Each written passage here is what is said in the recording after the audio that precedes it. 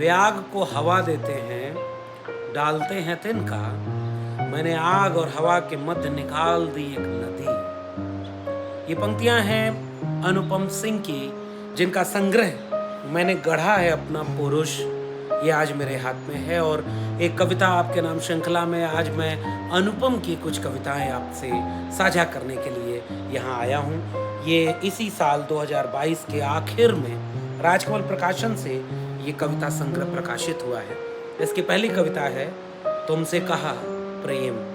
एक कविता संघर्षों के नाम, एक कविता प्रतिरोध के नाम, एक कविता उम्मीदों के नाम, एक कविता तनी हुई मुट्ठियों के नाम, एक कविता अपने वजूद के नाम, एक कविता आपके नाम। जब मैंने तुमसे कहा प्रेम, मैं विश्वास से भरी हुई नदी थी।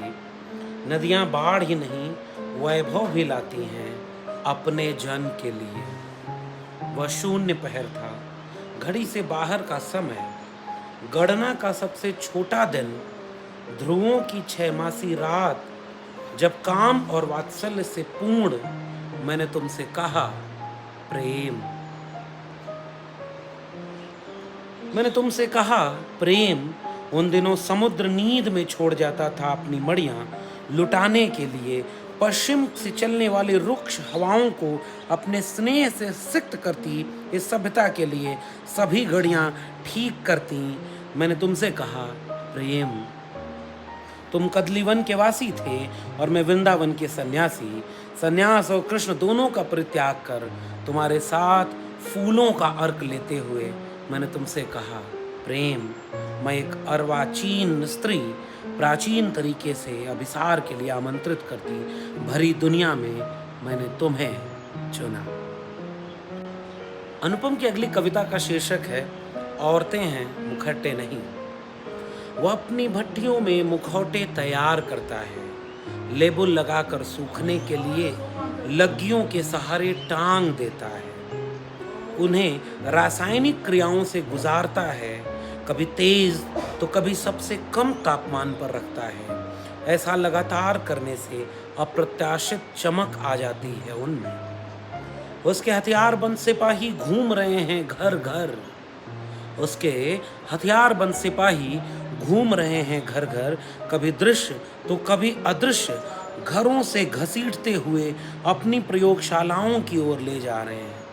वे चीख रही हैं, चिल्ला रही हैं, पेट के बल फिर वे ले जाई जा रही हैं। उनके चेहरों की नाप लेते खुश हैं वह कि अच्छा हुआ दिमाग नहीं बढ़ा इनका। उनके चेहरों की नाप लेते खुश हैं वह कि अच्छा हुआ दिमाग नहीं बढ़ा इनका। चेहरे लंबे गोल छोटे बड़े हैं। वह चाहता है सभी चेहरे हों एक जैसे। वह चाहता है सभी चेहरे हों एक जैसे, एक साथ मुस्कुराएं और सिर्फ मुस्कुराएं। अब मुखौटों को चेहरों पर ठोक रहा है, ठोके ही जा रहा है, ठक ठक लगातार। वे चिल्ला रही हैं, हम औरतें हैं मुखौटे नहीं। अगली कविता का शीर्षक है हमारा इतिहास।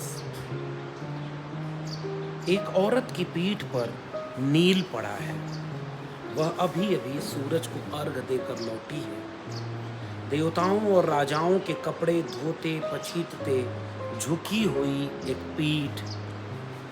पीठ की बिसात पर फेंकी गई पासे की गोटियां, एक शापित शिलाखंड जिसके लिए ईड़ियां रगड़ रही हैं। इतिहास का एक पन्ना जिसके कोने में दर्ज हैं विष कन्याएं। वे चीख रही हैं भरी अदालतों में झूठ झूठ झूठ। अमृत घटती हमारी देह, विष तो धीरे धीरे उतारा गया शराओं में। झूठे स्वाभिमान और स्वार्थों के लिए औरतें युद्ध में कभी शामिल नहीं रहीं। न औरतों के लिए कोई युद्ध लड़ा गया इतिहास में। वे एक स्वर में कहती हैं, इतिहास से बेदखल हम औरतें चुड़ैल बन भटक रही हैं पीपल के पुराने पेड़ों वीरान खंडहरों में। हम ही जंगलों से निकल उनकी खूनी बावड़ी का पानी पीती और अपनी काली छाया से डरा करती। जलती आंखों पर गीली रेत लेपती बावड़ी के किनारे ऐन चूल्हे के नीचे जहां धधकती है आग, हमारे ही अवशेष मिले जो अहरे की तरह सुलगाई गई। अहरा गांव में अगर आप पूर्वांचल की तरफ जाएंगे तो जानवरों के गोबर से तैयार व ठोस कर दिया जाता है जब गोबर को, तो वह ईंधन के काम आता है चूल्हे में आग की तरह, जो अहरे की तरह सुलगाई गई। खौलते तेल में जो छान दी गई मछलियों की तरह जो एक साथ कूद गई थी चिताओं में जौहर करने, खड़ी दोपहर की आंधियों से चलती हैं मातम मनाते हुए। हम जो इतिहास की सबसे कमज़ोर निर्मितियाँ थीं, सबसे अधिक रूठा करती, कूद जाती कुओं में और फूल बन उगती, कुओं से लौटती प्रतिध्वनि हमारा ही अधूरा गान है। अनगिनत मुद्राओं में हमें कील दिया स्थापत्यों में, जब दिखने लगे नंगी देहों के हरे कटे घाव, पहनाए गए आभूषण, आभूषणों से ढकी हुई देह अंधेरों का रहस्य लगी, तब से राह का हर राहगीर हमारी टेढ़ी कमर पर हाथ फेर लेता। इतिहास ग्रंथों और इतिहास की धर्म ग्रंथों और इतिहास की स्याह पांडुलिपियों को अपनी पीठ पर ला दे, हम यक्षणियों को कैद हुए लंबा अरसा गुजरा है। धन कुबेरों के तहखानों, इतिहास के पन्नों और तुम्हारी कलाओं में अब छटपटा रही हैं हमारी आत्माएं। एक कविता का शीर्षक है धरती पर हजार चीजें थी काली और खूबसूरत, उनके मुंह का स्वाद मेरा ही रंग देख बिगड़ता था। वे मुझे अपने दरवाजे से ऐसे पुकारते जैसे किसी अनहोनी को पुकार रहे। उनके हजार मुहावरे मुंह चढ़ाते थे, काली करतूतें, काली दाल, काला दिल, काले कारनामे। बिल्लियों के बहाने दी गई गालियां सुन मैं खुद को बिसूरती जाती थी और अकेले में छिपकर रोती थी। पहली बार जब मेरे प्रेम की खबरें उड़ी तो माँ और हन लेकर गई शिकायत। उन्होंने झिड़क दिया उसे कि मेरे बेटे को यही मिली है प्रेम करने को। उन्होंने झिड़क दिया उसे कि मेरे बेटे को यही मिली है प्रेम करने को उसे। मुझे प्रेम में बदनाम होने से अधिक यह बात खल गई थी। उन्होंने कच्ची पेंसिलों सा तोड़ दिया था मेरे प्रेम करने का पहला विश्वास। मैंने मन्नतें उस चौखट पर मांगी जहां पहले ही नहीं था इंसाफ। कई कई फिल्मों के दृश्य जिनमें फिल्माई गई थी काली लड़कियां सिर्फ मजाक बनाने के लिए अभी भी भर आंख देख नहीं पाती। तस्वीर खिंचाती हूँ तो बचपन की कोई बात अनमना कर जाती है। तस्वीर खिंचाती हूँ तो बचपन की कोई बात अनमना कर देती है। सोचती हूँ कि इतनी जल्दी बाहर निकल जाऊं दृश्य से। काला कपड़ा तो जिद में पहना, हाथ जोड़ लेते पिता, बिटिया मत पहना करो काली कमीज।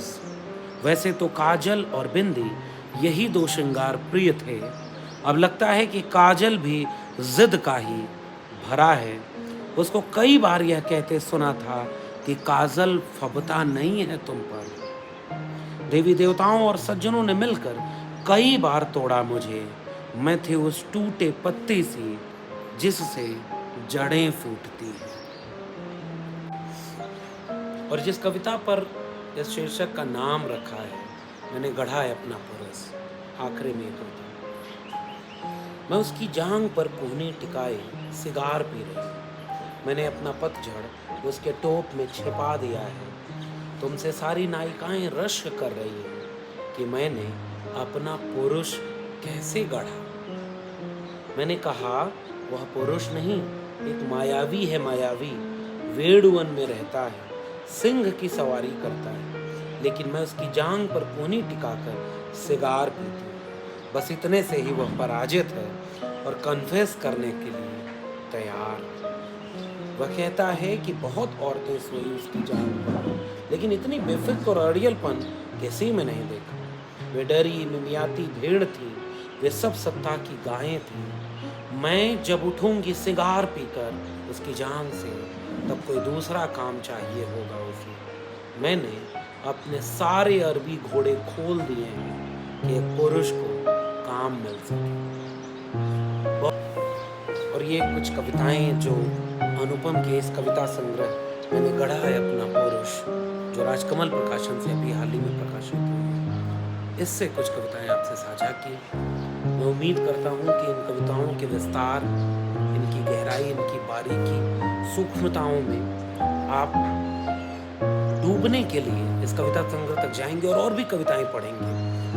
और मैं अनुपम की इन कविताओं को पढ़ते हुए वाकई आपको एक प्रकृति, अपने आप या अपनी पूरी बनावट, अपनी पूरी सामाजिक सांस्कृतिक संरचना पर कई बार कई तरह से सवाल खड़े करने का मन करता है। इसलिए भी इस कविता संग्रह को पढ़ा जाना चाहिए। आप देख रहे थे एक कविता आपके नाम श्रृंखला का ये खास एपिसोड। आपको ये कविताएं कैसी लगी और कौन सी कविताएं आप सुनना चाहेंगे इस एपिसोड में, नीचे कमेंट बॉक्स में जरूर बताइएगा।